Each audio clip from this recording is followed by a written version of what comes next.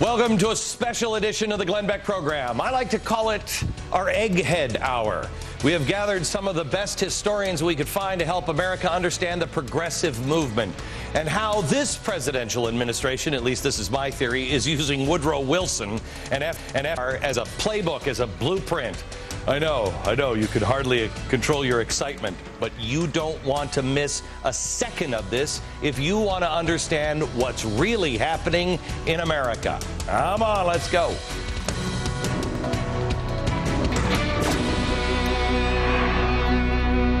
Hello, America. Hope and change. Well, it was a movement that surged Barack Obama into the White House. But it is not the first time America has seen this sort of political uprising of hope and change and progress. There was hope and change way back in the early 20th century, but the name was different. It was progressivism. Have you heard that before? Are you a progressive? It was the shiny new car. Well, now, wait a minute. What happened? Well, you see, back in the early 20th century, everybody wanted to take it for a spin. Progressivism had no political boundaries. The Democrats, like Woodrow Wilson, loved it. Republicans, Teddy Roosevelt, loved it. America was stuck in a rut. We needed to make progress. How better to break free than to use progressive tactics? Well, the message resonated with so many Americans, and progressives began winning elections. And then they started to govern. That's where the problem came in. In the response to the repeated bank runs in the early 1900s, progressives came up with an idea: the Federal Reserve System.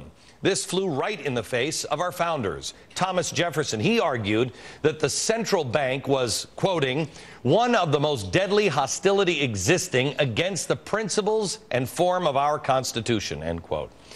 Well, it hadn't taken long to prove Jefferson right, as the worst financial disaster in the U.S. happened largely because of the Fed's continual contraction of the money supply before and during the Great Depression. Didn't work out so well, did it? Progressives also wanted to redistribute the wealth, spread it around a bit. They implemented an income tax. In fact, the name is still a progressive income tax. You see, how did they possibly sell it to the American people? It was easy. They sold it at something, it was just going to lower tariffs. It would only be a tax on the wealthy. That's it. The regular people would never see it. Woodrow Wilson, the progressive Democrat, led passage of the Revenue Act in 1913. Well, the rates that the progressives promised only lasted 4 years. Then all Americans had their taxes jacked up, and they haven't come down since. The bottom tax bracket hasn't paid single-digit percentages in taxes in over 60 years. How's that progress? They first introduced also the first real nanny state effort. What are they doing now? Now they're talking about, hey, we got a nanny state. Hey, don't eat that. You don't want to drink too much of that. Make sure your kid has an apple, right? Well, in 1919, the progressives did the same thing. It was called prohibition, and they convinced the nation to ban drink because they knew better than the people buying booze. Well, what was the final straw on this before they had to go undercover? I think it was the president of peace. Woodrow Wilson ran for re-election, and he just barely won. And he said, we're never going to go to war in Europe. Lo and behold, just a few months later, World War I. But the progressives billed it as the war to end all wars because progressives thought they had the solution to world conflict. And they brought us the League of Nations, another failure. It led to the United Nations. Well, back by 1920, Americans really had enough, and the progressives knew it, and so they had to go underground. But they never left us. They never changed tactics. They thought, well, just evolve America. They are patient. They have a plan. And while this country has been asleep, we have been co-opted. There are now more than 80 members of the Progressive Caucus. Of the 20 standing committees in the House, 11, over half, are chaired by members of the Progressive Caucus. You want to know why things don't make sense in Washington? This is it. Oh, and of course, there's the Democratic president. Really? If you think he's a Democrat, think again. To my progressive friends, I would remind you that for decades, the driving idea behind reform has been to end insurance company abuses and make coverage available for those without it. The public option is only a means to that end. And we should remain open to other ideas that accomplish our ultimate goal. And to my Republican friends, I say that rather than making wild claims about a government takeover of health care, we should work together to address any legitimate concerns you may have. Did you see that? Just in case you're still not convinced. You will carry on the best progressive, forward-looking values of this proud Commonwealth. Change has always come from places like Wisconsin, the state where the progressive movement was born. Okay. Where better to affirm our ideals than here in Wisconsin, where a century ago the progressive movement was born. All right, so there he is, talking about progressive. And did you notice what was missing when he was talking to the Congress? My progressive friends and my Republican friends. Where are the Democrats? For 100 years, progressives have been using both parties as a host, and they have been feeding on this republic. Tonight, we examine the game plan. Who started it? What does it mean? What is a progressive? What is the difference between progressives, Republicans, Democrats? Is there any coexisting with the progressives if you believe in the original intent of the founders? And what's coming next? What is the best way to fight them? We go now to our panel of eggheads. R.J. Prestrito in Dallas. He is the author of Woodrow Wilson and the Roots of Modern Liberalism and American Progressivism.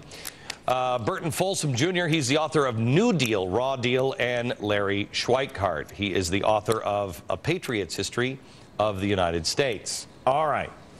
Where do I even begin? Who wants to give me, RJ, let me start with you, because your book really opened my eyes, on Woodrow Wilson. So let me go to you. Give me a definition of what a progressive really is. Well, Glenn, to me, progressivism is all about moving beyond the Constitution, getting beyond the bedrock principles of the American founding. The progressives detested the political ideas behind the Declaration of Independence because they enshrined the idea of individual God-given rights as the end of government. They detested the Constitution because the Constitution put limits on the national government, which were designed to uphold those rights. And as you said in your introduction, the progressive dream was one of unlimited national government. Redistribution of wealth was part of that plan. And the progressives knew that the political principles of our founders stood in their way. So progressivism, in a nutshell, is to progress or to move beyond the Constitution. You guys both agree with that here? It is. I think it's even more in that there's an assumption about human nature that's built into progressivism. Okay, let's get into that in a second, because I know where you're going, and I can't wait to open that can of worms. But let me go here. Most people, when you say the kinds of things, when I started learning about progressivism, right, really learning about it, I thought, well, now wait a minute, this is Marxism. But they separate, and help me out. If I would define the difference in their heads, it's the difference of revolution of Marxism and evolution of progressivism. Agree? I think Marxism has an inherent mechanistic quality. This is going to happen regardless of who's in there making it happen. The progressives believe that individuals have a role in making this happen, and they're going to bring it about. So Woodrow Wilson is going to bring about this change. Okay. Glenn, Go ahead. I like to think of the progressives as conservative socialists. The same aims, the same understanding of the role of the state, no boundary that individual rights can place between the state and the individual, but the change they want it to take place, as you said, more gradually, more organically. So okay, conservative socialists is not a bad way to think of it. All right, and this is, because I want to make sure, because most Americans don't really have a handle on what the progressive movement is. And this is not about the Democrats. This is about the Democrats and the Republicans. right? Sure. I mean, Teddy Roosevelt was a progressive. Woodrow Wilson was a progressive. Progressivism had strong influence in both parties in the early 1900s, hence the progressive income tax. The whole idea that we can solve problems with government solutions, which means that we have to move beyond the Constitution. All right, so Larry, if you're an originalist, if you're somebody who says, I believe in the Constitution, I believe in what the founders did, I believe in the American experience, right, or the experiment, can